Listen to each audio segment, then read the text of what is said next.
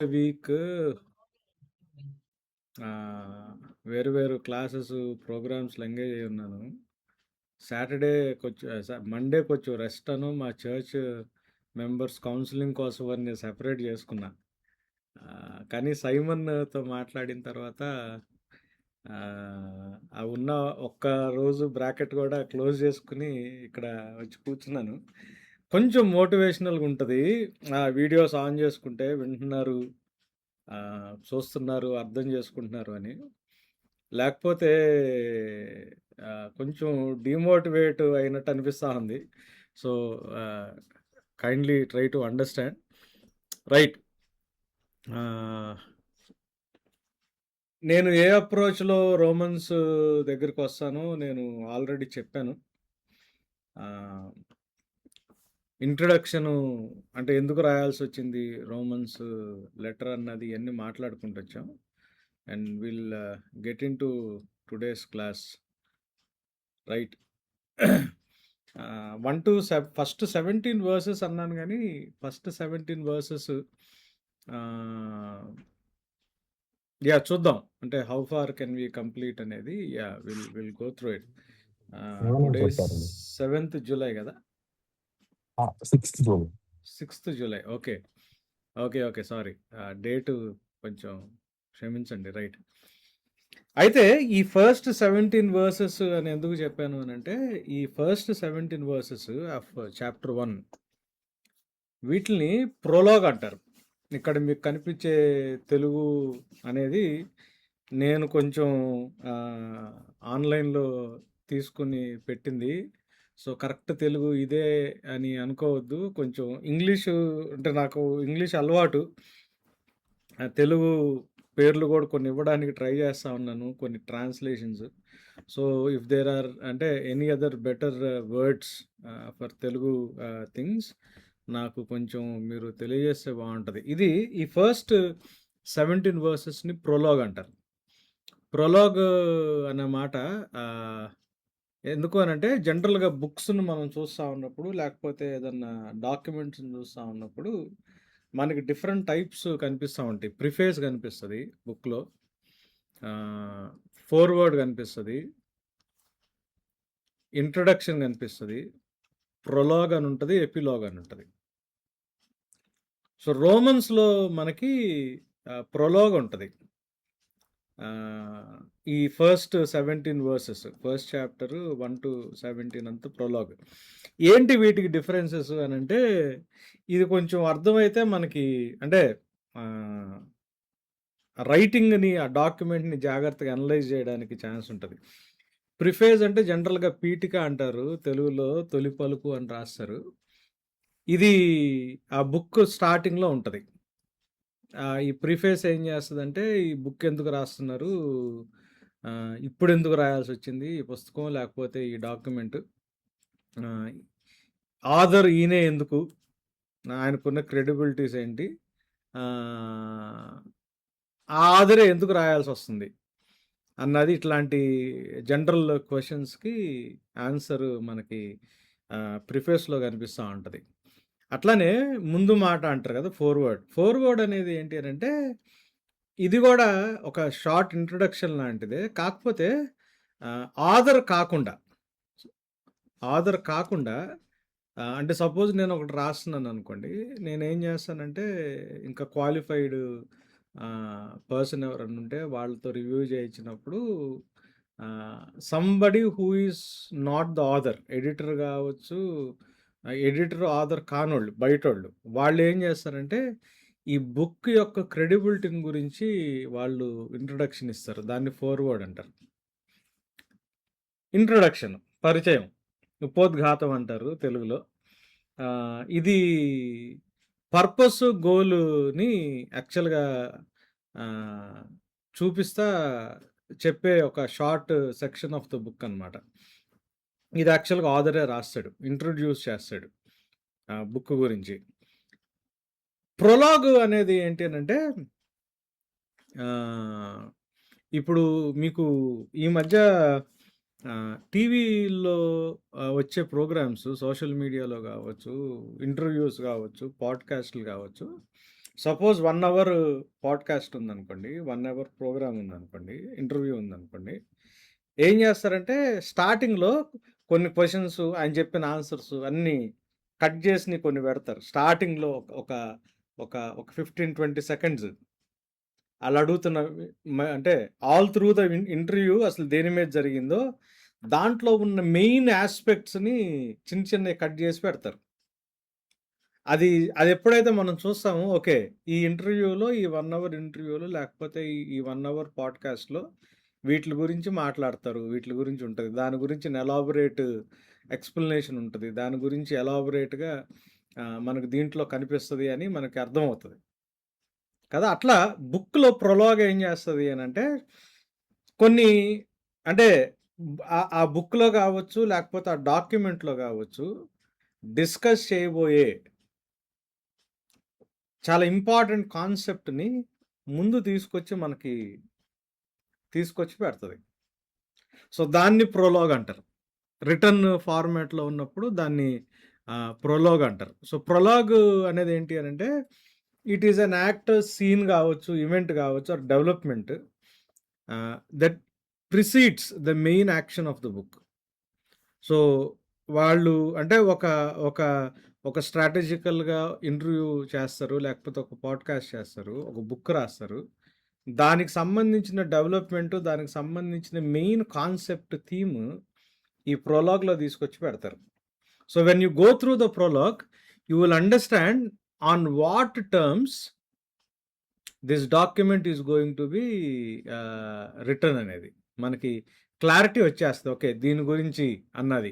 So, introduction ఏమో డైరెక్ట్‌గా అంటే ఇంట్రడక్షన్ వేరు. కాన్సెప్ట్‌ని ఇంట్రొడ్యూస్ చేస్తారు. ఇక్కడ అట్లా గాదు. దీంట్లో మెయిన్ పార్ట్ ఏముంటది? దేని మీద వీళ్ళు ఆథర్ ఎక్కువ రెస్ట్ అయ్యి మాట్లాడుతా ఉంటాడు. లేకపోతే ఏ కాన్సెప్ట్ మీద ఈ డాక్యుమెంట్ అంతా రాస్తాడు అన్నది ముందు స్నిప్పెట్స్ లాగా కొన్ని మనకి కనిపించే ప్రయత్నం అనమాట. సో, ఈ ప్రొలాగ్ ఏం చేస్తది అనంటే ఒక యాక్షన్ ఆ డాక్యుమెంట్‌లో గావచ్చు, ఆ బుక్‌లో గావచ్చు, ఒక యాక్షన్ గాని, ఒక పార్ట్ ఆఫ్ ది యాక్షన్ గాని ఎక్కడో ఆ రైటింగ్‌లో మధ్యలో వచ్చే ఒక మెయిన్ సిట్యుయేషన్‌ని ఒక ఒక ఒక సీన్‌ని ముందే తీసుకొచ్చి ప్రెజెంట్ చేస్తది. ముందే తీసుకొచ్చి ప్రెజెంట్ చేస్తది. దాన్ని ప్రొలాగ్ అంటారు. సో, ఈ ప్రొలాగ్ ఒకటి ఉంటే దీనికి ఎపిలాగ్ గూడా ఒకటుంటది. ఒక క్లాసికల్ రైటింగ్‌లో ప్రొలాగ్‌లో మెయిన్ థీమ్‌ని బేస్ చేసుకొని దాన్ని ముందు ప్రెజెంట్ చేసి దీని మీద మొత్తం నడవబోతుంది కథ అంతా అని దాన్ని హ్యాండిల్ చేస్తారు. సో, ప్రొలాగ్ ఉన్న ప్రతి రైటింగ్‌కి జనరల్‌గా క్లాసికల్ థింగ్ ఏమవుతదంటే కంక్లూజన్‌లో మళ్ళీ అదే థీమ్‌ని తీసుకొనెళ్ళి మళ్ళీ ఫైనల్‌గా దాని గురించి చివరి మాటలాగా మాట్లాడతారు. సో, ప్రొలాగ్, ఎపిలాగ్ అన్నది అంటే ఇదంతా లిటరేచర్ రాసేటప్పుడు వాటిలో ఉండే థింగ్స్. సో, ఎపిలాగ్ ఏం చేస్తది అనంటే ఫైనల్ కమెంట్స్, క్లోజింగ్ కమెంట్స్ లాగా ఉంటాయన్నమాట. So, main action of the book దేని మీదైతే నడిచిందో దానికి సంబంధించిన మెయిన్ కమెంట్స్ అన్నీ గూడా మనకి ఈ ఎపిలాగ్‌లో కనిపిస్తాయి. సో, రోమన్స్ మనం తీసుకున్నప్పుడు ఎపిసిల్ ఫస్ట్ చాప్టర్, ఫస్ట్ వర్స్ నుంచి 17 వర్సెస్ మనకి ప్రొలాగ్ కనిపిస్తది. సో, ఎపిలాగ్ ఎక్కడుంటదనేది మనం వెళ్తాం దాని దగ్గరికి. So, you will see a prologue and then epilogue. So, మనకేంటి అనంటే ఈ first 17 verses they provide you the pivotal concept or the main aspect which Paul is going to deal with అని.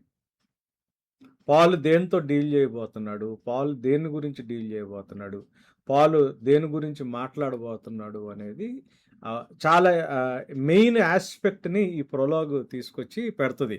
So, మనం అంటే ఈ బేసిస్‌తో ఈ ఫస్ట్ 17 వర్సెస్ మనం prologue లాగా దాన్ని మనం స్టడీ చేసుకుంటూ వెళ్తాం. సరే. Romans first chapter, first 17 versus prologue అని చెప్పా గదా! సో, దీంట్లో ఎట్లా ఉంటది ఈ స్ట్రక్చర్ అనంటే ఫస్ట్ 7 వర్సెస్ గ్రీటింగ్స్, సాల్యుటేషన్స్ ఉంటాయి.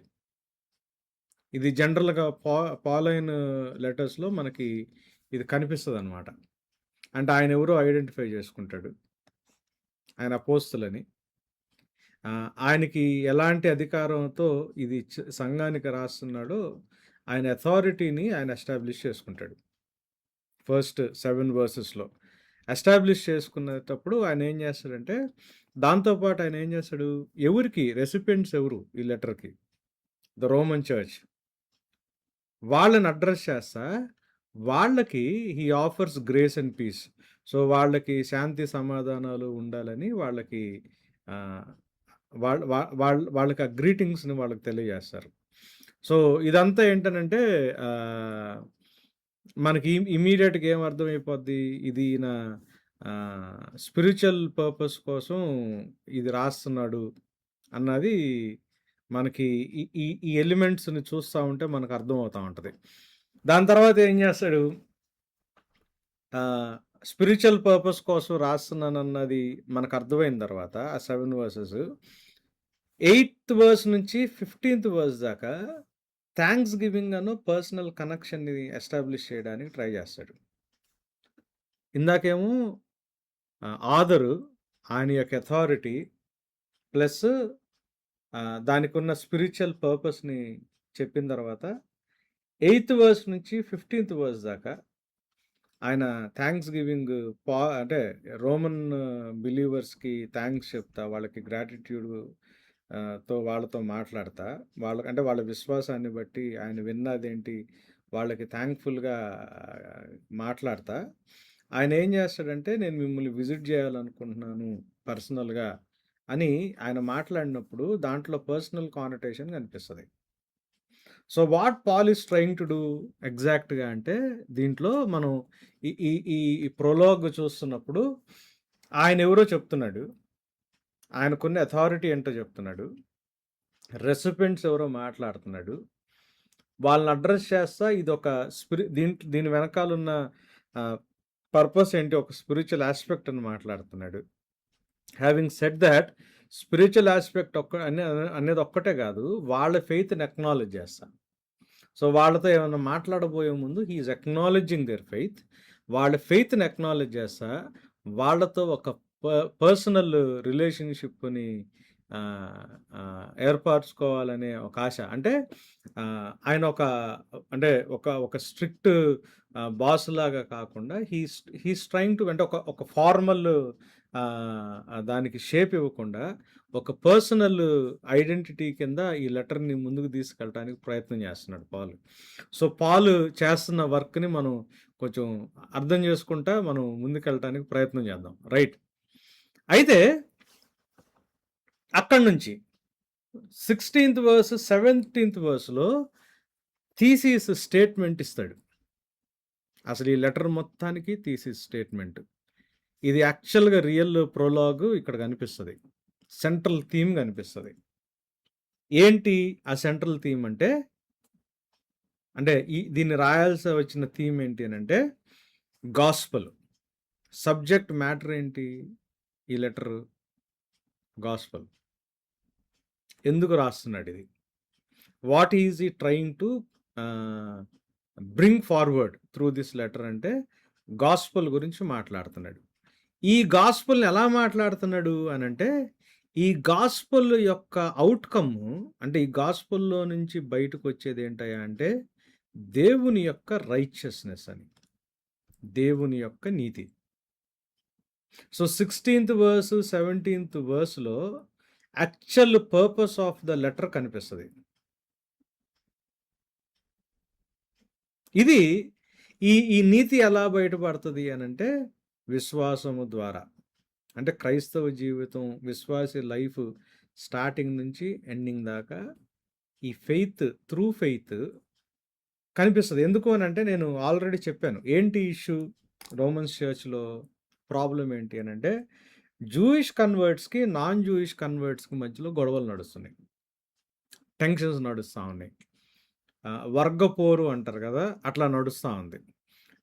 అంటే ఆ టైంలో Jewish converts, non Jewish converts ఉన్నారేమో గానీ, అంటే నేను my my my my aim అంటే one of my aims all through this verse by verse reading ఏంటి అని అంటే ఎగ్జిస్టెన్షియల్ రెల్మ్లో ఇప్పుడున్న ప్రస్తుత పరిస్థితుల్లోకి దీన్ని మనం ఎట్లా అప్లికేషన్లోకి తీసుకురాగలం, ఎట్లా అన్వయించుకోవడానికి మనం ప్రయత్నం చేయగలం అని. సో అప్పుడున్న చర్చ్లో జూయిష్ కన్వర్ట్స్కి నాన్ జూయిష్ కన్వర్ట్స్కి మధ్యలో టెన్షన్ నడుస్తూ ఉంది. ఇప్పుడున్న చర్చెస్లో ఏం చూస్తున్నారు మీరు టెన్షన్స్? ఇప్పుడున్న చర్చెస్లో పనికిరాని ఒక పనికిరాని అంశం ఏంటి ఇప్పుడున్న చర్చెస్లో అంటే కులం, క్యాస్ట్. క్యాస్ట్ అంటే మేబీ మీరంతా యంగ్ జనరేషన్ ఏమో మీరు అంతగా సెన్స్ చేశారో లేదో కానీ మేబీ సైమన్ కి అర్థమై ఉంటుంది. జాన్ విక్రమ్ బ్రదర్ ఉన్నారు, జాన్ విక్రమ్ బ్రదర్కి అర్థమై ఉంటుంది. చాలా చోట్ల అంటే కులాన్ని బట్టి సంఘాలు డివైడ్ అయిపోయిన పరిస్థితి. అంటే ఇంతకు ముందులాగా కాకుండా ఇప్పుడు ఇప్పుడు పెళ్లి సంబంధాలు వచ్చినాయి అనుకోండి, అంత అయిపోయిన తర్వాత బ్రదర్ మీరు ఏ చర్చ్కి వెళ్తారా అని అడుగుతారు. ఎందుకు అని అంటే suppose if you goes to a Lutheran church, he belongs to a specific caste. లేదు బ్యాప్టిస్ట్ చర్చ్కి వెళ్తాడంటే వీడు ఇంకో క్యాస్ట్. పలానా చర్చ్కి వెళ్తాడంటే వీడు ఇంకో క్యాస్ట్. ఇది ఐడెంటిఫై చేసుకోవడానికి అంటే నేను పెద్ద పెద్ద మెన్ ఆఫ్ గాడ్ని చూసా, సీరియస్ మెన్ ఆఫ్ గాడ్ని చూసా. పిచ్చి పిచ్చి మెన్ ఆఫ్ గాడ్ని పక్కన పెట్టేయండి. ఎక్కడ అంటే ఎంత కాదన్నా ఎక్కడో ఒక చోట deep within them even some good Christian organisations, దాంట్లో ఎక్కువ వాళ్ళు ఇన్వాల్వ్ అయ్యేది, ఎక్కువ అసోసియేట్ అయ్యేది క్యాస్ట్ బేస్డ్ కనిపిస్తుంది. క్యాస్ట్ బేస్ తర్వాత రీజనల్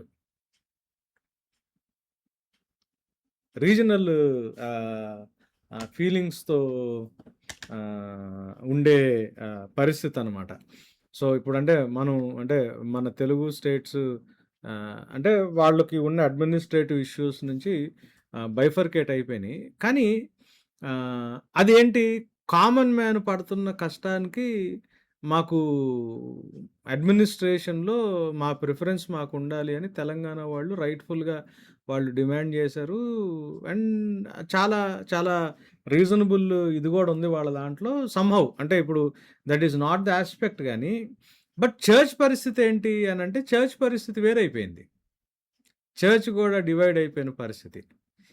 డినామినేషన్స్ని బట్టి, రీజనల్ దీన్ని బట్టి, లాంగ్వేజెస్ని బట్టి, స్పెసిఫిక్గా క్యాస్ట్ని బట్టి బిలీవర్స్ మధ్యలో ఒకలాంటి టెన్షన్స్.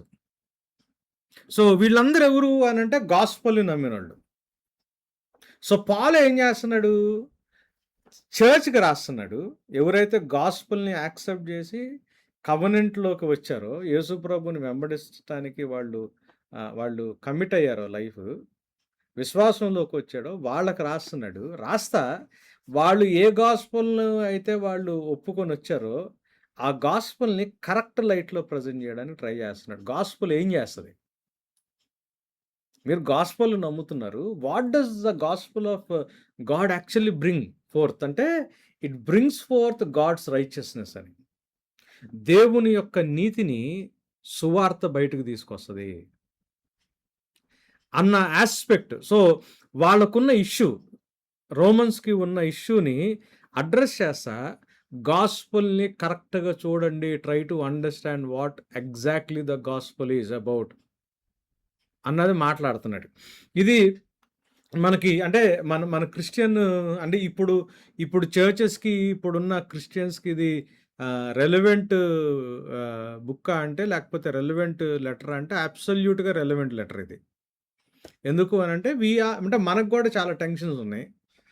మన చర్చ్ కూడా రకరకాలుగా డివైడ్ అయి ఉంది. ఎవరికి వాళ్ళు వేరువేరుగా మీటింగులు అంటే ఒక చర్చికి వెళ్తూ ఇంకొక చర్చికి వెళ్ళొద్దు అని చెప్పి మాట్లాడే పరిస్థితులు. అంటే మీరు ఎక్కడ ఏ చర్చిలో బ్యాప్టిజం తీసుకున్నారు అని అడుగుతారు. ఎందుకు అని అంటే ఇక్కడ బలలో చేయడానికి, కమ్యూనియన్లో పార్టిసిపేట్ చేయడానికి మీరు ఆ చర్చిలో బ్యాప్టిజం. నన్ను ఒకసారి ఇదే అడిగారు, అంటే నేను అంతకుముందు సెయింట్ యాన్స్‌లో కంప్యూటర్స్ హెచ్ఓడికి చేసేవాడిని. మాకు అంటే సెంట్రల్ అంటే ఐసీఎస్ఈ స్కూల్ అది. అక్కడ వాళ్ళకి 10థ్ జావా, కోర్ జావా మొత్తం ఉండేది వాళ్ళకి. సో, అది టీచ్ చేసేవాడిని. ఆ టైంలో మాది క్యాథలిక్ స్కూల్ గదా! క్యాథలిక్ స్కూల్‌లో ఎగ్జామ్‌కి ముందు మాస్ ఏదో జరుగుతది. ఆ మాస్ జరిగిన తర్వాత వీళ్ళు ప్రతిసారి వాళ్ళేదో కమ్యూనియన్ ఇస్తా ఉంటారు. అది కూడా ఎవరికంటే క్యాథలిక్స్‌కే ఇస్తారు. నేను ఎళ్లి లైన్‌లో నుంచున్నా కమ్యూనియన్ తీసుకోవడానికి. మా అంటే నేను ప్రొటెస్టెంట్ గదా! ఇప్పుడు బేసికల్‌గా మా కొలీగ్ ఒక అక్కున్నారు. ఆమె కూడా టీచరు. ఆమె కూడా ప్రొటెస్టెంట్ క్రిస్టియన్. ఆమె నన్ను పిలిచింది. "ఏ రవి, రవి ఇటురా" అని చెప్పి, "నువ్వేంటి దీంట్లో తీసుకుంటున్నావు? ఇక్కడ కమ్యూనియన్ ఎందుకు తీసుకుంటున్నావు?" అంది. అక్కా కాథలికోళ్ళ కోసం ఒక శరీరం, ఒక రక్తం, ప్రొటెస్టెంటోళ్ళ కోసం ఒక శరీరం, ఒక రక్తం అట్లా సెపరేట్‌గా ఏమి లేదు గదక్కా అన్నా. అంటే కాదు కాదు రవి, నువ్వెక్కడ బాప్టిజం తీసుకున్నావో అక్కడే తీసుకోవాలి కమ్యూనియన్ అంటే, ఇప్పుడు హెబ్రోనోళ్ళ కోసం ఒక శరీరాన్ని నలగొట్టుకొని, లూథరనోళ్ళ కోసం ఒక శరీరాన్ని నలగొట్టుకొని, బాప్టిస్టోళ్ళ కోసం ఒక శరీరాన్ని నలగొట్టుకోవడం, అది ఎట్లా అవుతది? అది కాదు గదా! అది కాదు గదా! దేవుడు అంటే బైబిల్‌లో చర్చ్ గురించి పాలు రాస్తా ఏం చేస్తాడు? యూదుల్లో నుంచి, అన్యుల్లో నుంచి, జూయిష్ పీపుల్‌లోంచి, జెంటైల్‌లో నుంచి దేవుడు అందరిని వాళ్ళ మధ్యలో ఉన్న అడ్డుగోడల్ని తీసేసి, దేవుడు మొత్తాన్ని ఒక ఫ్యామిలీ కింద యునైట్ చేస్తున్నాడు అన్న యాస్పెక్ట్ క్రిస్టియన్స్‌గా మనకు అర్థం అవ్వాల. క్రిస్టియన్స్‌గా అది మనకు అర్థం అవ్వాల. అది అర్థం కాకపోతే చాలా ప్రాబ్లము. అది అర్థం కాకపోతే చాలా ప్రాబ్లమ్. నేను ఈ మాట ఎందుకు చెప్తున్నాను అనంటే, మీరు కమింగ్ జనరేషన్ చర్చ్ మీరు. You are going to play a vital part in your church, in your local church. నన్ను ప్రభువులోకి నడిపించిన ఆయన ఒకాయన ఉన్నారు. ఆయన ఆ టైంలో నాకు మినిస్ట్రీ స్టార్ట్ అయింది. మా తమ్ముడికి ఏదో మ్యాచెస్ చూస్తా ఉన్నారు. మ్యాచెస్ చూస్తా ఉంటే నాకు తెలిసిన మాకు నాకు నా వైఫ్‌కి చాలా క్లోజ్ ఒక అమ్మాయి. అమ్మాయి చాలా ప్రేయర్‌ఫుల్‌గా ఉంటది. Born again girl. మా మినిస్ట్రీలో అమ్మాయి విజయవాడ సిద్ధార్థ దీంట్లో కాలేజీలో ఉండేది. సేవ్ అయింది. నేను ఆయన దగ్గరికి తీసుకొనెళ్ళా. తీసుకొనెళ్ళి అమ్మాయి గురించి చెప్పా. చెప్తే ఆయన నన్ను అంటే మాకు బాబాయ్ అవుతాడాయన. "అరే! మనోళ్ళేనా?" అని అడిగాడు. మనోళ్ళేనా అని అడిగితే అంటే యాక్చువల్‌గా నా అకాడమిక్స్ మొత్తం ఇదే పాయింట్ మీద నేను సఫర్ అయ్యా. యాక్చువల్‌గా చాలా సఫర్ అయ్యా అకాడమిక్స్ అంతా. బికాస్ ఆఫ్ మై కాస్ట్ నేను చాలా, చాలా, చాలా సఫర్ అవ్వాల్సొచ్చింది నా దాంట్లో. ఆ స్ట్రగుల్‌లో నుంచి నేను సాల్వేషన్‌లోకొచ్చిన తర్వాత, నేను ఫస్ట్ టైము మళ్ళీ చర్చిలో నన్ను దేవుడిలోకి నడిపించిన ఆయన దగ్గర నుంచి విన్న మాటేంటంటే, మనోళ్ళేనా అని. ఎవరయ్యా? అని అనగానే తెలీదు బాబాయ్ అనన్నా. అని అయిష్టంగానే కనుక్కున్నా. కనుక్కుంటే మేము మాల, వాళ్ళు మాల కాదు. ఇంకోటి. అరే! ఆళ్ళు మనోళ్ళు కాదురా అని. కాకపోతే అంటే, కాదురా వాళ్ళు వేరు, మనం వేరురా. ఎట్లవుతది? క్రీస్తునందున్న వోళ్ళు నూతన సృష్టి గదా! పాతవన్నీ గతించింది గదా! సమస్తం నూతనమాయెను. సరే మేబీ మీరనుకున్న లాజిక్ ప్రకారం ఆళ్ళు, ఈళ్ళు వేరు అనుకుందాం. కాకపోతే ఇప్పుడు బోర్న్ అగైన్ అంటే మీనింగ్ ఏంటి? నూతన సృష్టి అంటే ఏంటి? గాడ్ ఈజ్ మేకింగ్ అంటే అంతర్గతంలోంచి from within God is making a person new గదా! That is what we believe గదా! దాని సాల్వేషన్‌కి అర్థం ఏంటి అనంటే, అది దానికి నాకు ఆన్సర్ చెప్పలేదు. అటు చేసి, ఇటు చేసి ఫైనల్‌గా మ్యాచ్ క్యాన్సిల్ చేశారు. I was very hurt. అంటే ఇప్పుడు వేరే యాస్పెక్ట్ ఇంకేదన్నా ఉన్నట్టయితే నేను పెద్దగా ఆలోచించేవాడిని గాదు గానీ, ఈ పాయింట్ దగ్గర ఒక సంబంధాన్ని క్యాన్సిల్ చేయడం అన్నది, అది సాల్వేషన్‌లోకొచ్చిన తర్వాత గాస్పెల్ అర్థమైన వాళ్ళు ఇట్లాంటి డెసిషన్ తీసుకోవడం అన్నది, that was the hardest thing for me to understand. So, ఇవి రెలెవెంట్ థింగ్సా? పాల్ రాస్తున్నది లెటర్ అంటే అబ్సల్యూట్‌గా రెలెవెంట్ థింగ్స్ ఇయన్నీ. సో, టెన్షన్స్ ఉన్నాయి. Whatever may be the reason. వాళ్ళ ఊర్లో టెన్షన్‌కి రీజన్ వేరు. నేను చెప్పాను గదా! ఇంటర్ప్రిటేషన్ మెథడ్స్ ఎట్లుంటాయని. వాళ్ళ ఊర్లో, వాళ్ళ టైంలో టెన్షన్స్‌కి రీజన్ వేరు. మన ఊర్లో టెన్షన్స్‌కి రీజన్ వేరు. కాకపోతే similar type of tension within the Christian believers. So, Paul ఈ ప్రొలాగ్‌లో ఏం చూపిస్తున్నాడు అనంటే, ఈ 16, 17 వర్సెస్‌లో మనకి థీసిస్ కనిపిస్తది. ఈ లెటర్ మొత్తానికి థీసిస్. ఏంటి థీసిస్ అంటే, Paul is dealing with the gospel. ఆయన ఫుల్ గాస్పెల్ ఏం డీల్ చేయట్లేదు. చాలామంది దీన్ని ఫుల్ గాస్పెల్ అని చెప్తారు కానీ, నాకు ఎక్కడ కూడా దీంట్లో రిపెంటెన్స్కి సంబంధించిన మాటలు కనిపించలేదు. రిపెంటెన్స్కి సంబంధించిన మాటలు కనిపించలేదు. ఎందుకంటే maybe he's writing to a church కాబట్టి రిపెంటెన్స్కి సంబంధించిన మాటలు లేవేమో. ఎస్కటాలజీకి సంబంధించిన సెకండ్ కమింగ్కి, జడ్జిమెంట్కి సంబంధించిన ఈ రిజరక్షన్కి సంబంధించిన మాటలు పెద్ద కనిపించవు. ఎందుకంటే because they are already part of a covenant gospel విన్ వచ్చారు కాబట్టి దానికి సంబంధించినవి లేవు. కాకపోతే ఆల్రెడీ అంటే ఆయన రిపెంటెన్స్ వీటికి సంబంధించినవి టచ్ చేయట్లేదు. ఎస్కటాలజీ ఎండ్ డేస్కి సంబంధించినవి పెద్దగా టచ్ చేయట్లేదు. టచ్ చేయకుండా వాళ్ళని ఒక ఆస్పెక్ట్ ఆఫ్ ద గాస్పెల్ దగ్గరికి తీసుకొస్తున్నాడు. It is not a full gospel that is actually dealing. ఆయన గాస్పెల్ మొత్తం చెప్పడానికి ట్రై చేయట్లేదు. గాస్పెల్ మీకు తెలుసు, ఆ గాస్పెల్లో మీరు ఏది చూడాలో, ఆ గాస్పెల్ని కరెక్ట్గా ఎట్లా అర్థం చేసుకోవాలో నేర్చుకోండి అని చెప్పి గాస్పెల్ యొక్క అవుట్కమ్ దేవుడు ఏం ఎక్స్పెక్ట్ చేస్తున్నాడు అన్నదాన్ని చూపించడానికి ట్రై చేస్తున్నాడు రోమన్స్లో. ఏంటిదంటే gospel it brings out the righteousness of the lord. దేవుని యొక్క నీతిని బయటకు తీసుకొస్తుంది. ఎందుకు తీసుకొస్తుంది అని అంటే, మనము దేవుని నీతిగా మారటానికి, so that we become the righteousness of God. ఎవరు క్రిస్టియన్స్ అనంటే, we are suppose to be the witnesses of Christ కదా. క్రీస్తు యొక్క సాక్షులుగా మనం బ్రతకాల. అపోస్తల కార్యాల్లో ఏమంటాడు, పరిశుద్ధాత్ముడు మీ మీదకి వచ్చినప్పుడు మీరు శక్తిని పొందుతారు. అప్పుడు ఎక్కడెక్కడ మీటింగ్లు జరుగుతుంటాయో ఆ మీటింగ్ స్టేజ్ మీదకి వెళ్ళి ప్రతి ఆదివారం వెళ్ళి నా గురించి సాక్ష్యాలు చెప్తారు అని రాశాడా? సాక్ష్యం చెప్పడం గురించి అక్కడ రాశాడు బైబిల్లో. సాక్షులుగా ఉంటారు అనుందా? సాక్షులుగా ఉంటారు. సాక్ష్యం చెప్పటం వేరు, సాక్షిగా ఉండటం వేరు. ఈ రెండు చాలా డిఫరెంట్. ఇది కూడా ఇప్పుడున్న ప్రజెంట్ క్రిస్టెండంలో ఉన్న పెద్ద ప్రాబ్లము. ఏమైందయ్యా, అయ్యా కడుపు నొప్పి తగ్గిందయ్యా, మైకి పెడతారు, హల్లెలూయా. ఎవరు తగ్గించారు అయ్యా అంటే, అయ్యగారు ప్రార్థన చేశారయ్యా, యేసు ప్రభు తగ్గించా. ఇది మనం వెళ్ళి సాక్ష్యం చెప్పుకోవడం ఆదివారం అంటే, ఈ సాక్ష్యాలు చెప్పే కాన్సెప్ట్ ఏంటి అని అంటే, ఇది ఒక రకమైన అడ్వర్టైజ్మెంట్ అంటే ఎట్లా? ఇప్పుడు మేము చిన్నప్పుడు రిన్నుది వచ్చేది, జరాసా రిన్ అని. అంటే ఇట్లా ఉతికితే ఈ బట్టలు ఇట్లా తెల్లగా అయిపోయినాయి, లేకపోతే బండి ఏదో ప్రాబ్లం ఉంది, ఈ ఇంజన్ ఆయిల్ పోయగానే బండి రైట్ అయిపోయింది, ఇట్లా చెప్పిస్తారు కదా. అంటే అది చూసి ఆ ప్రోడక్ట్ కొంటారని. సో మీటింగ్లో ఏం చేస్తున్నారు, వచ్చిన వాడిని మ్యానిపులేట్ చేసే విధంగా, అంటే వాళ్ళు మ్యానిపులేట్ చేయడం అన్న మాట వాడరు. మీ ఫెయిత్ బలపడతానికి, ఫెయిత్ అన్న దానికి మీనింగే తెలియదు. ఫెయిత్ అంటే బలమైన నమ్మకం అనుకుంటారు, కాదు. ఫెయిత్ ఈజ్ నాట్ స్ట్రాంగ్గా బిలీవ్ చేసేది ఫెయిత్ కిందకి రాదు. బలమైన నమ్మకం విశ్వాసం కాదు. ఆ విశ్వాసం దగ్గరికి వస్తాం. ఈ 4th చాప్టర్లో మనం ఆ ఫెయిత్ గురించి స్టడీ చేయడానికి ట్రై చేస్తాం. గట్టిగా నమ్మటం, బలంగా నమ్మటం, అంటే జరుగుద్ది అని ఎలా అయినా నమ్మటం, అది ఫెయిత్ కాదు.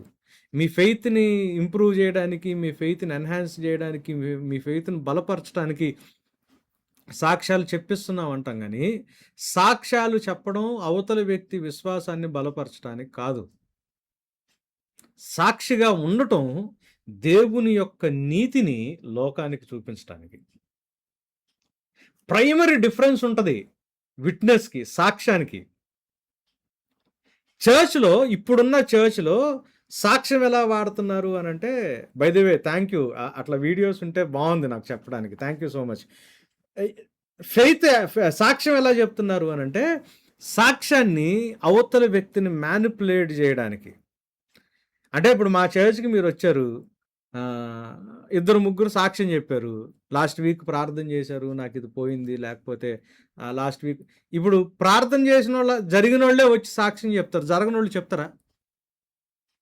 చెప్పరు. అంటే అప్పుడు మనం ఏం చేస్తున్నాం, చాలా సెలెక్టివ్గా కొన్ని ఆస్పెక్ట్స్ని మాత్రం తీసుకొచ్చి టేబుల్ మీద పెడుతున్నాం. ఎలా పెడుతున్నాం? అవతలి వ్యక్తిని నా వైపు ఆకర్షించడానికి, దట్ ఈస్ కాల్డ్ మ్యానిపులేషన్.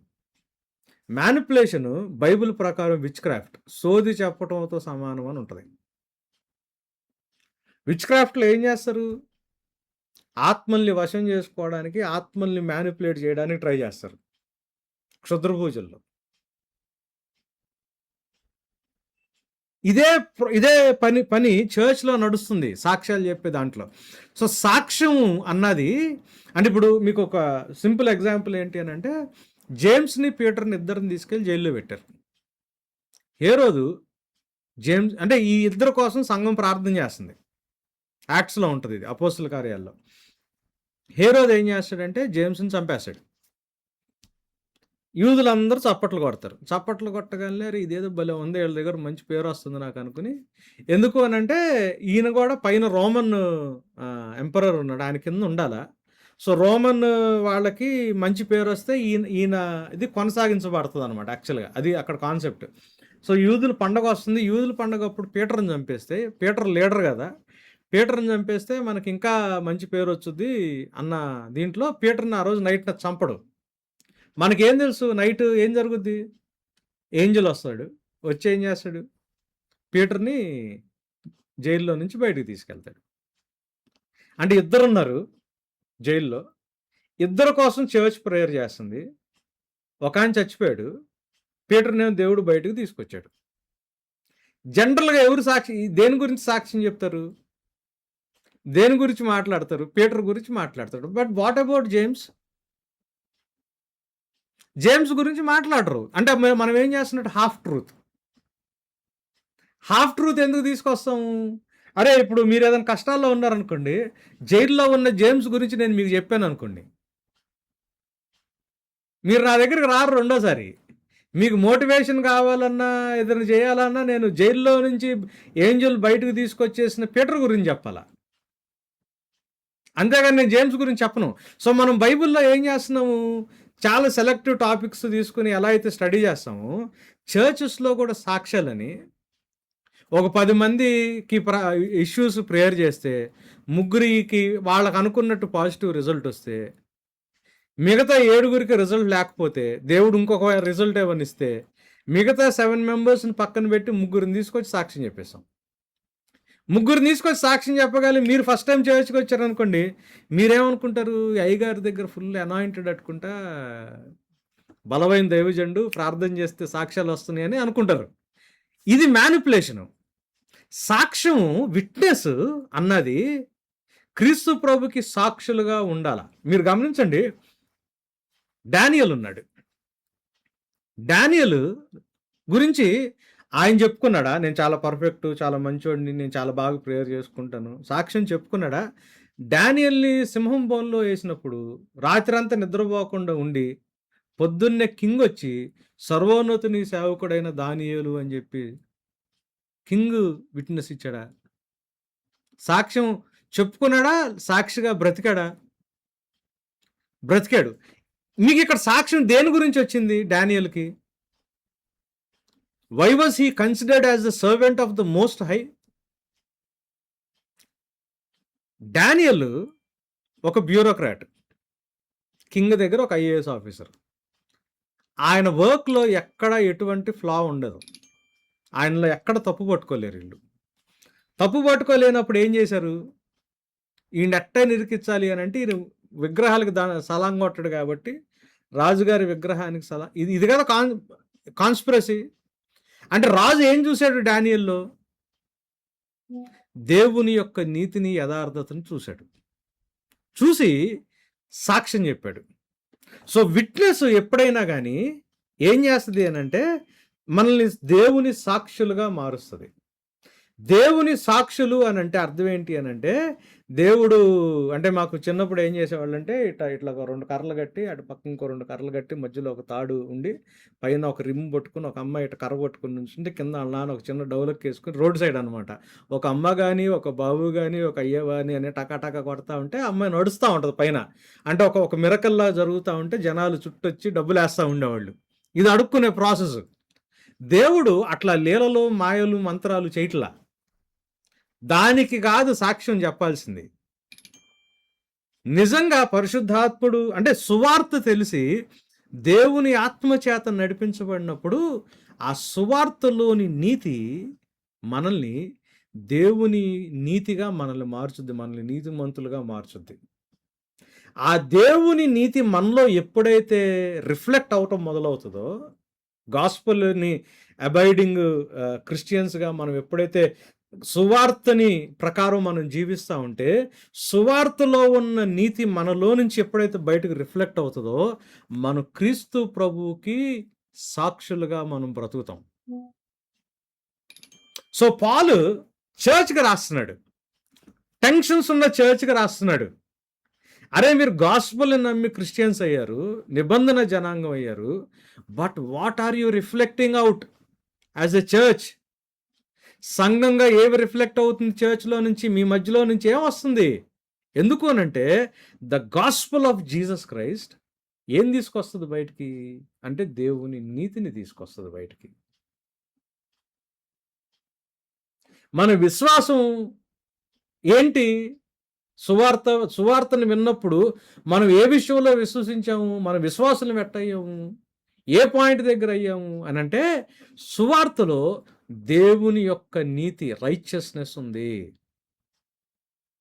ఆ సువార్తని వెంబడిస్తున్నాము, సువార్తను అంగీకరించాము, ఆ సువార్తకి అబైడ్ అవుతున్నాం, మేము బిలీవర్స్ అని చెప్పుకుంటున్న సంఘంలో బయటికి ఆ రిఫ్లెక్షన్ కనిపినప్పుడు పాలు ఏం చేస్తున్నాడు అని అంటే, ఇది ఫుల్ గాస్పుల్ కాకపోవచ్చు,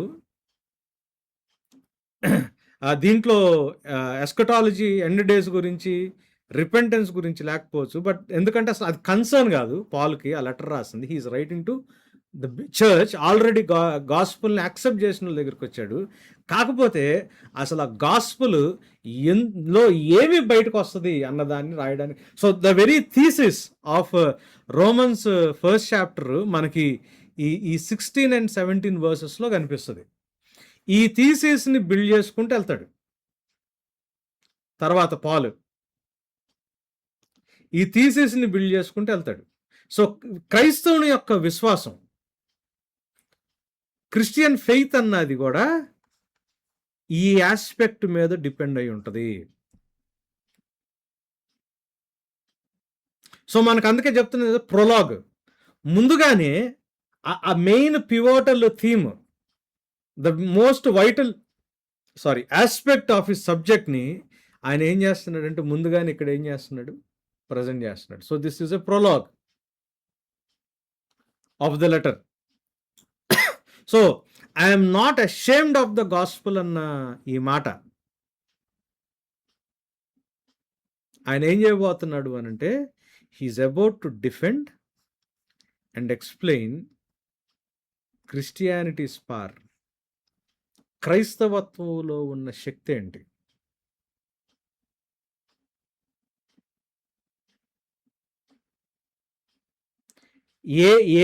దేని మీద అంటే where Christianity is actually different, what is the power of the Christian faith.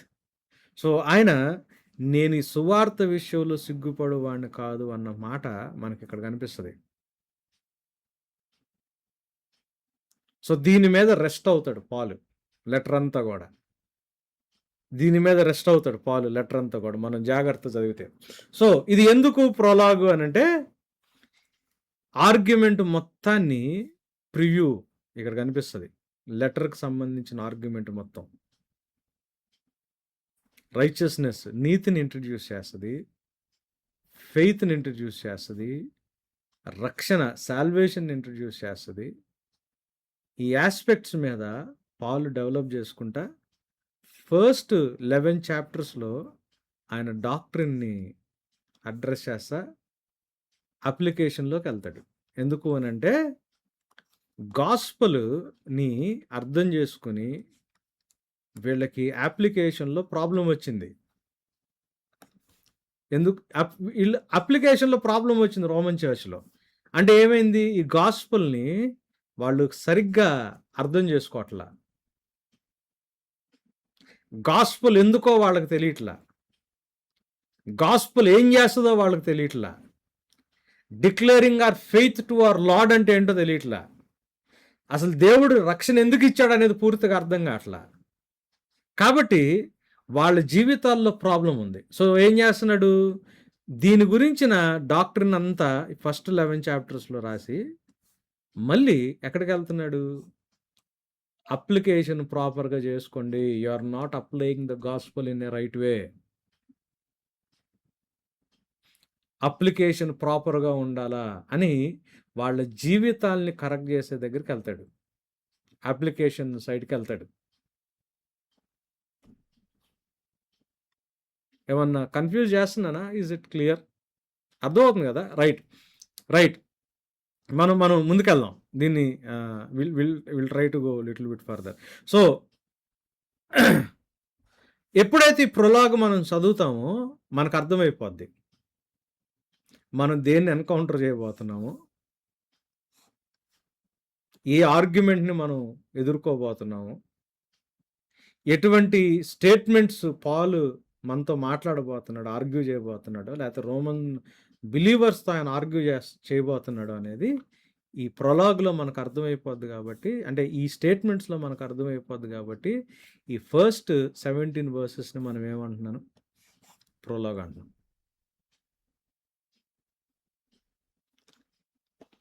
మనకి సైంటిఫిక్ అంటే సైన్స్ స్టూడెంట్స్ అయిపోయాం అందరం.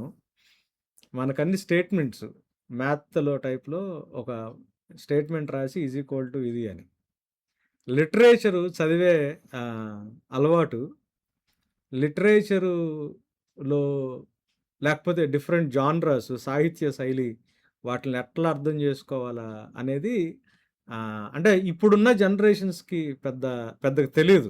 సో నేను అందుకు ఐఎమ్ ట్రయింగ్ టు, అంటే ఎందుకు అని అంటే ఇట్లాంటివి చూస్తున్నప్పుడు మనకి చదివే దాని మీద యాక్చువల్గా ఇంట్రెస్ట్ కలుగుతుంది. అందరికి కలగకపోవచ్చు, కొంతమందికి అరే ఇంత బ్యూటీ ఉంటుందా రైటింగ్లో, ఇట్లా రాస్తారా. ఎందుకనంటే మీకు వీడియోలో ఉన్న ప్రాబ్లం ఏంటి అని అంటే మీ మైండ్కి పెద్దగా ఆలోచన ఏమి ఉండదు. వాడు ఎడిట్ చేస్తాడు, వెనకాల ఒక బ్యాక్గ్రౌండ్ పెడతాడు, ఇమేజెస్ అన్నీ చేస్తాడు. మీరు పెద్ద రీజనింగ్ ఏమి పెట్టకుండా, అంటే హీరో ఇట్ట కొట్టగానే వాడు వెళ్ళి ట్రాన్స్ఫార్మర్ కొట్టుకుని కింద పడి ఇట్ట బౌన్స్ అయ్యి ఇట్ట అవతలకి వెళ్ళిపోయి పడిపోతున్నట్టు ఇట్లా ఇట్లా తీస్తున్నా కూడా మనోళ్ళు అరే మనిషిని ఇట్టు కొడితే మనిషి ఎగిరి ట్రాన్స్ఫార్మర్ కొట్టుకుని కింద పడి బాల్ బౌన్స్ అయినట్టు బౌన్స్ అవుతాడా అన్న అన్న అన్న బేసిక్ సెన్స్ కూడా లేకుండా ఆ ఎలివేషన్ సీన్కి చప్పట్లు కొట్టి విజిల్స్ వేసి వాడిని కోటీశ్వరుని చేస్తారు. వీడియో ఏం చేస్తుంది అని అంటే కామన్ రీజనింగ్లో నుంచి, కరెక్ట్ అండర్స్టాండింగ్లో నుంచి మనల్ని, అంటే మన మైండ్ కంటే కూడా మన హార్ట్ని, మన ఎమోషన్స్ని వీడియో క్యాప్చర్ చేసి ఇప్పుడున్న జనరేషన్, లేకపోతే ఇప్పుడు ఈ కాలంలో ఉన్న మేజర్ ప్రాబ్లం ఏంటి సొసైటీతో అని అంటే మనం చదువు చాలా తక్కువ, ఆడియో విజువల్ కంటెంట్ ఎక్కువ. సో వాడు క్యాప్చర్ చేసి వెనకాల ఒక ప్రాపర్ బీజిఎం పెట్టాడు అని అంటే, బ్యాక్గ్రౌండ్ మ్యూజిక్ పెట్టాడు అని అంటే, వాడు కెమెరా యాంగిల్స్ అది ప్రాపర్గా ఎడిట్ చేశాడు అని అంటే, రీజనింగ్ లేనిది, అంటే వాడు ఒక పక్క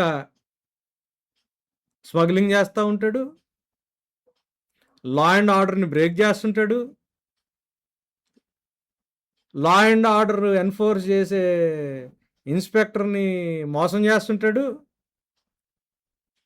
సడన్గా దేశభక్తి గురించి మాట్లాడుతుంటాడు. ఎక్కడ లాజికల్గా రెలవెంట్ లేని ఆస్పెక్ట్స్ తీస్తారు. ఇవి సూపర్ హిట్ అయిపోతాయి సినిమాలు ఇట్లాంటివన్నీ.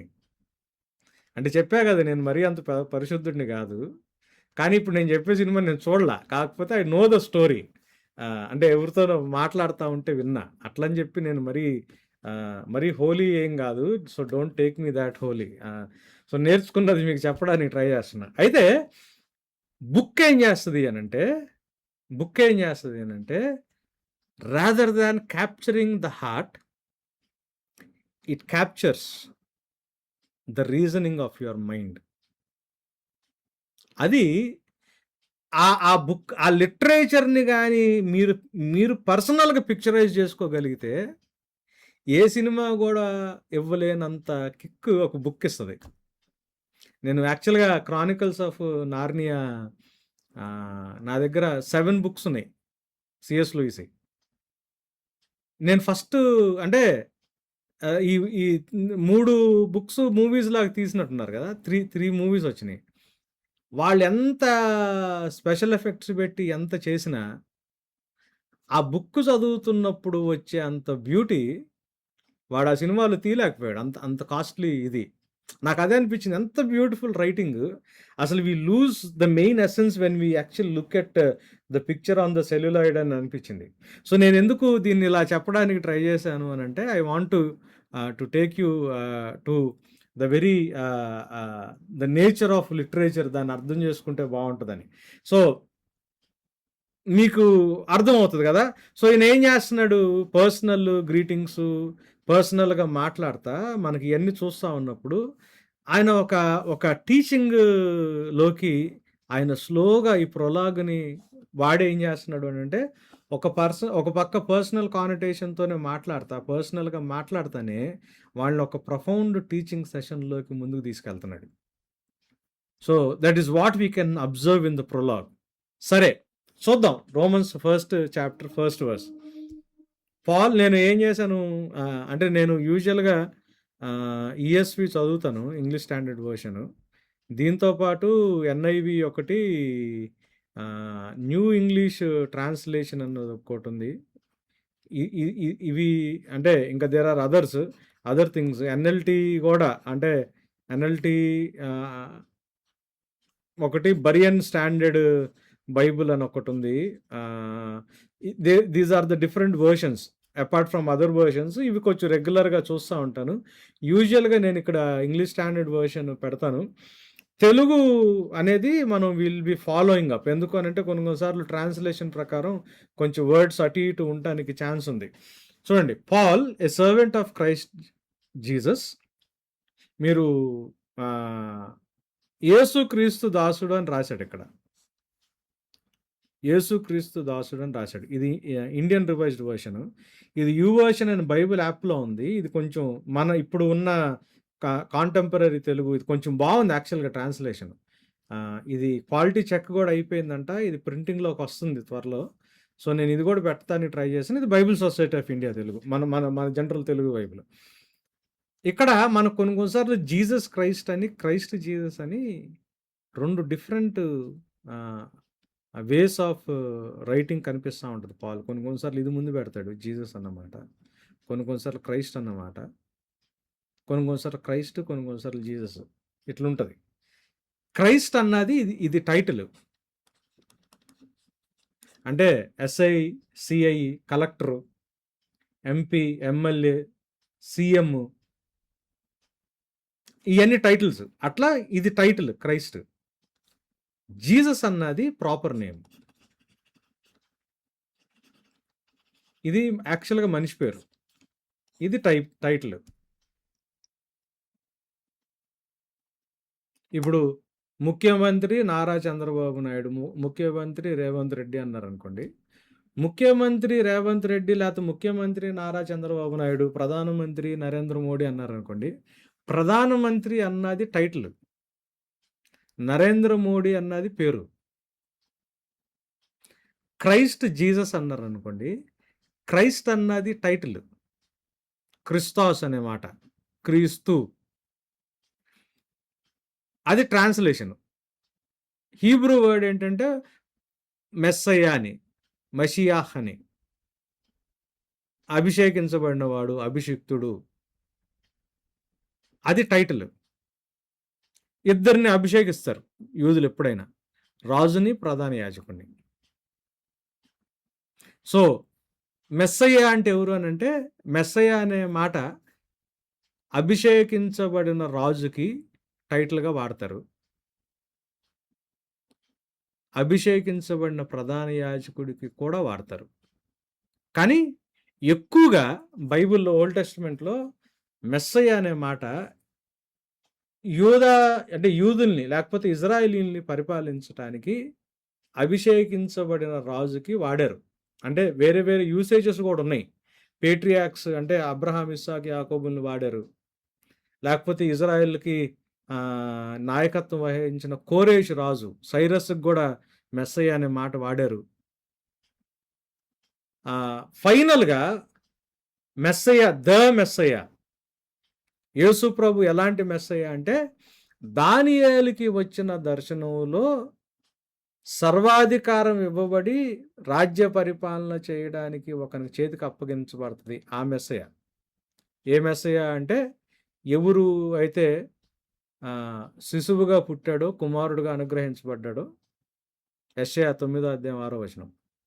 ఎవరు భుజాల మీద అయితే రాజ్యభారం ఉందో, ఎవరైతే నీతిని న్యాయాన్ని బట్టి సదాకాలం దావీదు సింహాసనం మీద పరిపాలన చేస్తారు. మళ్ళీ మీరు అక్కడ గమనించండి, నీతి న్యాయం.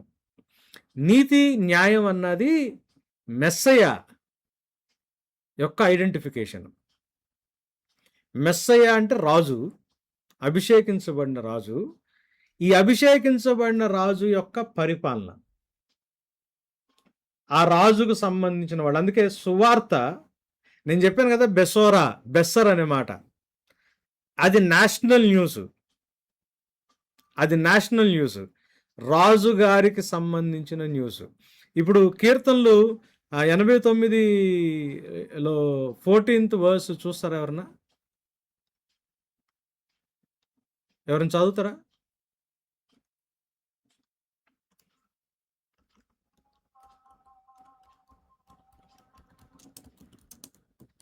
నీతి న్యాయములు నీ సింహాసనములకు ఆధారములు. నీతి న్యాయాలు ఆయన సింహాసనానికి ఆధారాలు. సింహాసనం అంటే ఏంటి? Administration, rule. నీ రాజ్యము వచ్చునుగాక. రాజ్యము దేవుని రాజ్యం. రాజ్యంలో రాజు పరిపాలన చేసేటప్పుడు ఇప్పుడు సీఎం ఎలక్షన్స్ జరుగుతున్నాయి అనుకోండి. ఎలక్షన్లు దీంట్లో సీఎం పోస్ట్కి జనరల్గా వేసేది ఏంటి? సీఎం కుర్చీ, సీటు. ఇప్పుడు సింహాసనాలు లేవు కాబట్టి సీట్ వేస్తారు, ఆ సీఎం చైర్. అర్థమవుతుందా? చైర్ అంటే అడ్మినిస్ట్రేషన్కి సంబంధించింది.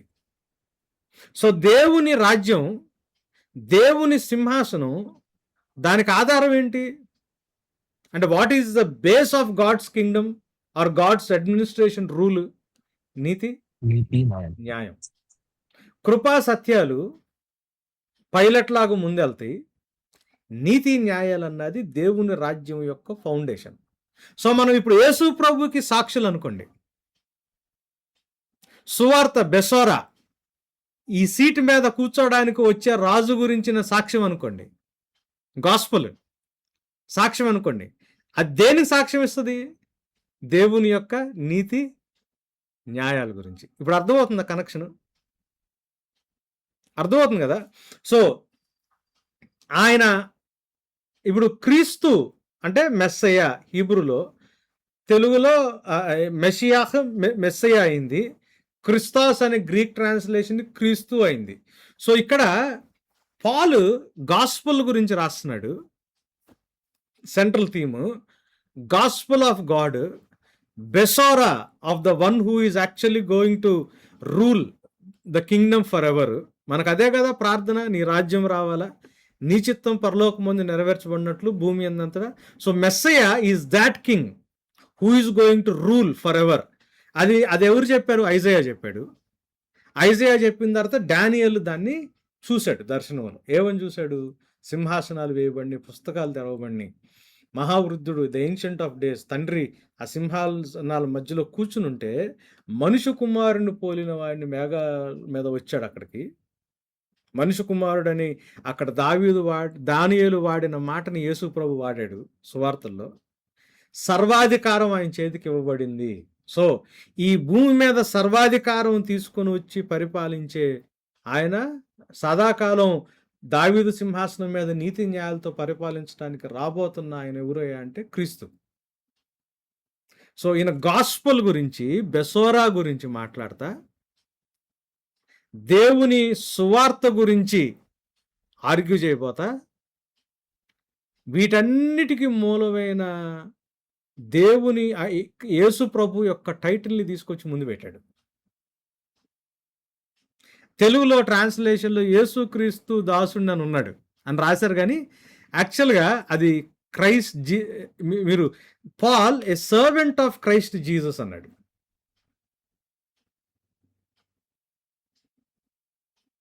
మీరు ఇక నుంచి పాల్ లెటర్స్ చదువుతున్నప్పుడు మీరు ఈ డిస్టింగ్విషింగ్ ఆస్పెక్ట్ చూడండి. కొన్ని చోట్ల జీసస్ క్రైస్ట్ అని రాస్తాడు, అప్పుడు then he is actually dealing with different subject. కొన్ని చోట్ల క్రైస్ట్ జీసస్ అని రాస్తాడు, అప్పుడు ఆయన డీల్ చేసేది వేరే సబ్జెక్ట్ ఉంటుంది. అర్థమవుతుంది కదా.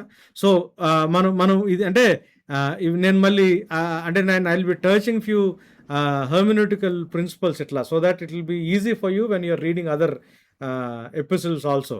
So call to be an apostle, set apart for the gospel, అంటే కంప్లీట్ అవ్వలేదు కాబట్టి నేను అక్కడ ఆపా.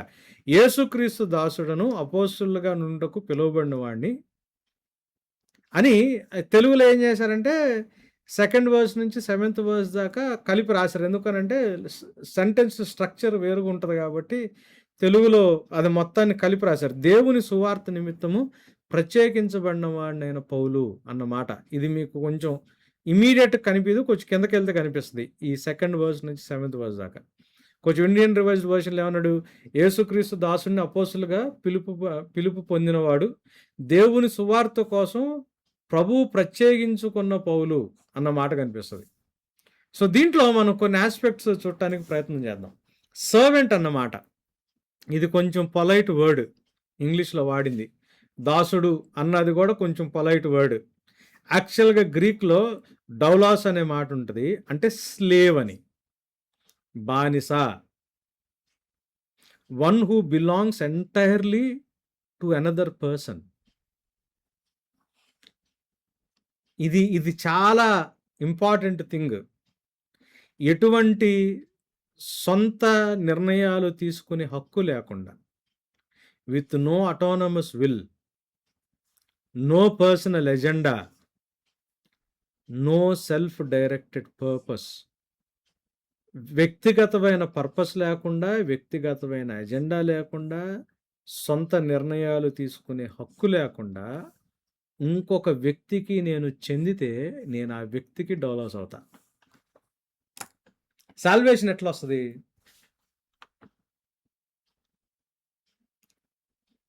Accepting Jesus as personal saviour అంటారు కొంతమంది. అది బైబిల్ ఎక్కడా కనిపించదు మనకి. పర్సనల్ సేవియర్ అన్నమాట అసలు బైబిల్ ఎక్కడా కనిపించదు. సేవియర్ ఆఫ్ ద వరల్డ్ అన్నమాట కనిపిస్తుంది, లోక రక్షకుడు అని కనిపిస్తుంది.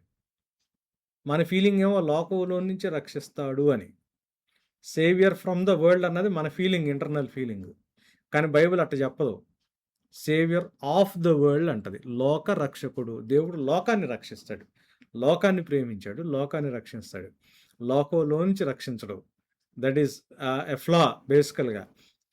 హృదయంలోకి ఆహ్వానించడం, అది కూడా ఎక్కడ లేదు. లవదోక్య సంఘానికి రాసిన మాటని రక్షణకి తీసుకొచ్చి అప్లికేషన్ చేయకూడదు.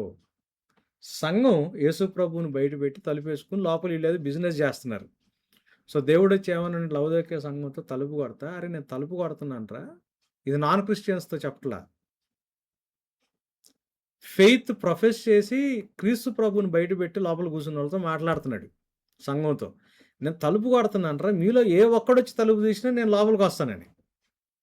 సో యేసు ప్రభుని హృదయంలోకి ఆహ్వానించడం రక్షణ రాదు, అది చెప్పలా.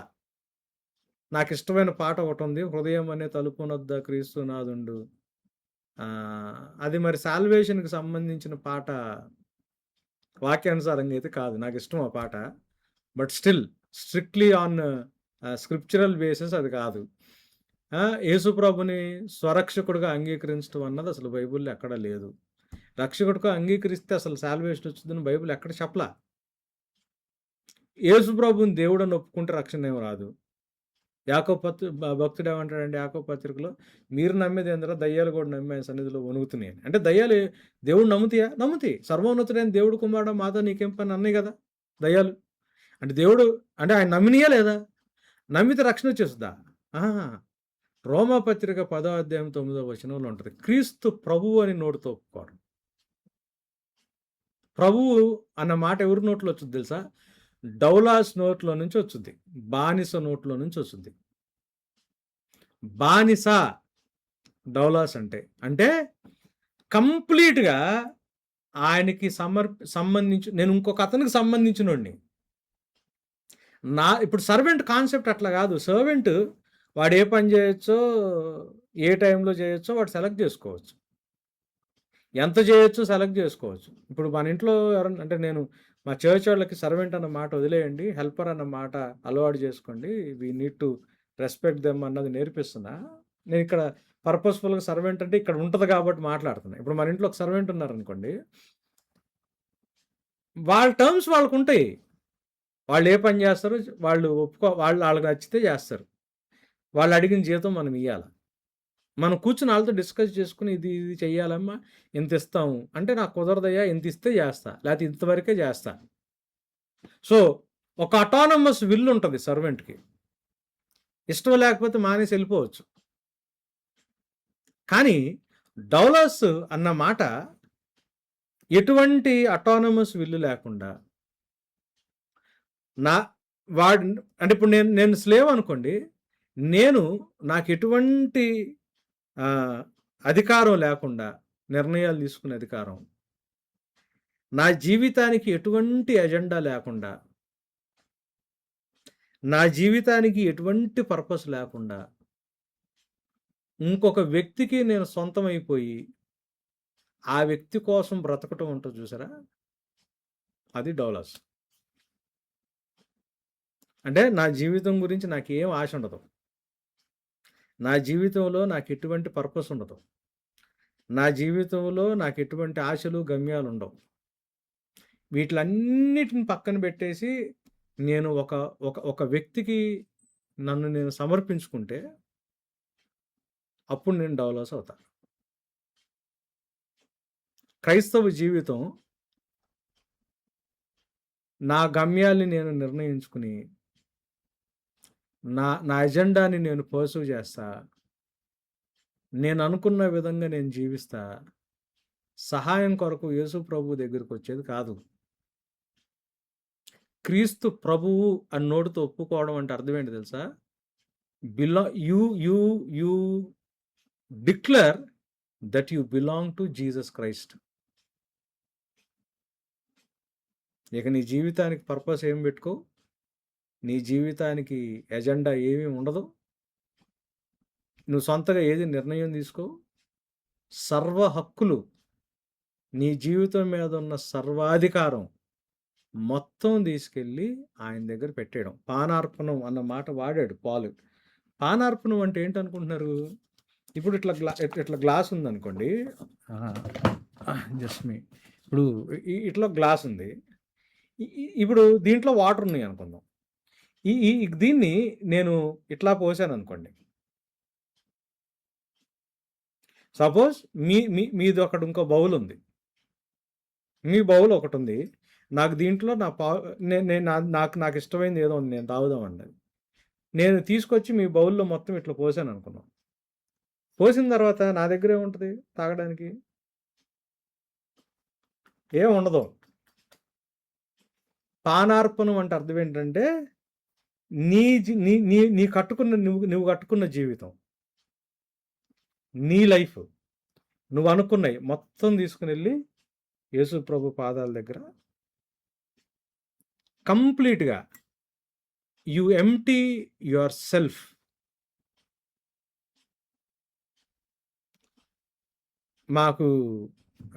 మా చర్చ్లో ఒక ఎల్డరు, ఆయన ఎప్పుడో అంటే ఆయన ఒక పెద్ద గవర్నమెంట్ దీంట్లో పనిచేస్తుంటాడు. చాలా ఫ్రీక్వెంట్గా అబ్రాడ్ వెళ్తూ ఉంటాడు. ఆయన ఒకసారి ఒక పర్ఫ్యూమ్ బాటిల్ తీసుకొచ్చాడు. ఇంత బాటిల్ నాకు తెలిసి ఇప్పుడు 7 years 8 years అయింది. హాఫ్ కూడా అవ్వలా. ఎందుకు అవ్వలేదు అని అంటే అది ఎంత ఉంటుందని చెక్ చేశా. దగ్గర నేను చూసినప్పుడు అది 16,000 ఎంత ఉంది. నాకు భయం వేసింది. ఊరి బాబా 16,000 అని. అందుకే స్ప్రేకి అది ఇస్తారు పైన. ఫస్ట్ పర్ఫ్యూమ్కే వచ్చింది కదా స్ప్రే కొట్టుకునేది. అంటే చాలా తక్కువ యూసేజ్ వస్తుంది అట్లా స్ప్రే చేస్తే.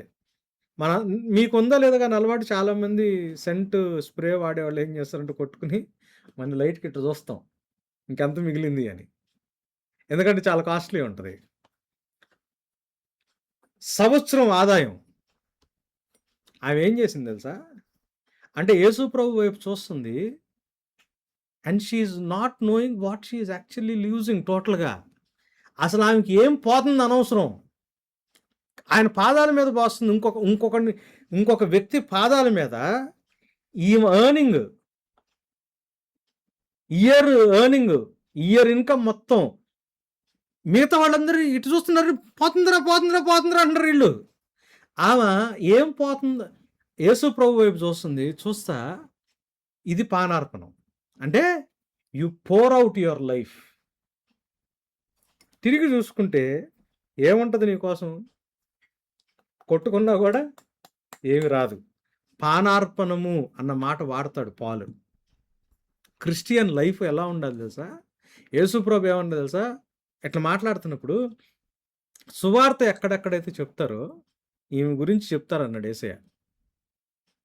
మీరు బయట సువార్త కూడికలు ఎన్ని కూడికలకు వెళ్తే ఎంతమంది దీని గురించి చెప్పారో ఒకసారి ఆలోచించండి. అంటే ఎంతమంది సువార్త చెబుతున్నారు? ఇది యేసు ప్రభు చెప్పింది ఏంటి? సువార్త ఎక్కడైతే చెప్తారో ఈమె గురించి మాట్లాడతారు అన్నారు. మనకు సువార్త దేని గురించి? 12 సంవత్సరాలు రక్తస్రావం కలిగిన స్త్రీ, గుడ్డోడు గురించి, కుంటోడు గురించి, పిల్లలు లేనోడు గురించి, పక్షవాయువు వచ్చినోడు గురించి, ఇవి ఉంటాయి మీకు ప్రీచర్స్ మాట్లాడేది సువార్త విషయంలో, సువార్త కూడికల్లో. కానీ సువార్త కూడికల్లో దీని గురించి మాట్లాడిన వాళ్ళు ఎంతమంది ఉంటారు బయట? యేసు ప్రభు మాటలే ఏం చెప్పినాయి? సువార్త ఎక్కడ ఉంటుందో దీని గురించి మాట్లాడతారని. సో రక్షణ ఎప్పుడు వస్తుంది తెలుసా? క్రీస్తు ప్రభువు అని నువ్వు ఒప్పుకున్నప్పుడు రక్షించబడతావు. నిజామాబాద్లో ఒక పాస్టర్స్ కాన్ఫరెన్స్లో రక్షణ గురించి మాట్లాడుతూ ఉంటే ఒక ఆయన పెద్ద ఆయన వచ్చి, అయ్యా ఒక 20 సంవత్సరాల నుంచి నేను సంఘం నడుపుతున్నా కానీ అసలు నాకు రక్షణ ఉందా లేదా అనేది ఇప్పుడు డౌట్ వచ్చిందయ్యా అన్నాడు ఆయన పాస్టర్ గారు. ఎంతమందికి సాల్వేషన్ నిజంగా ఎంతమంది క్రీస్తుని ప్రభువుగా ఒప్పుకున్నారు? ఎంతమంది డౌలాస్గా మిమ్మల్ని మీరు సమర్పించుకోవడానికి ఇష్టపడ్డారు? అంటే మీకున్న కష్టంలో, మీకున్న సమస్యల్లో ఆయన మీకు సహాయం చేస్తాడనో, మీకు హెల్ప్ చేస్తాడనో, పరలోకం తీసుకెళ్తాడనో, ఇట్లాంటి వాటిల్లో యేసు ప్రభువుని యాక్సెప్ట్ చేయడం వేరు. అదేది రక్షణ రాదు. కానీ ఒక డౌలాస్గా, ఒక దాసునిగా ఆయన్ని ప్రభువుగా గుర్తించి నోటితో కన్ఫెస్ చేసి ప్రభువు అని చెప్పి మీ జీవితాల్ని ఎటువంటి మీకున్న పర్పస్, మీకున్న ఎజెండా, మీకున్న డిజైర్స్, మీ ఇష్టాలన్నీ పక్కన పెట్టి ఆయన కోసం బ్రతకడానికి మిమ్మల్ని తీసుకొని వెళ్ళి ఆయన పాదాల దగ్గర పెడితే నోటితో ఒప్పుకుని అప్పుడు మనం రక్షించబడతాం. That is how we are saved.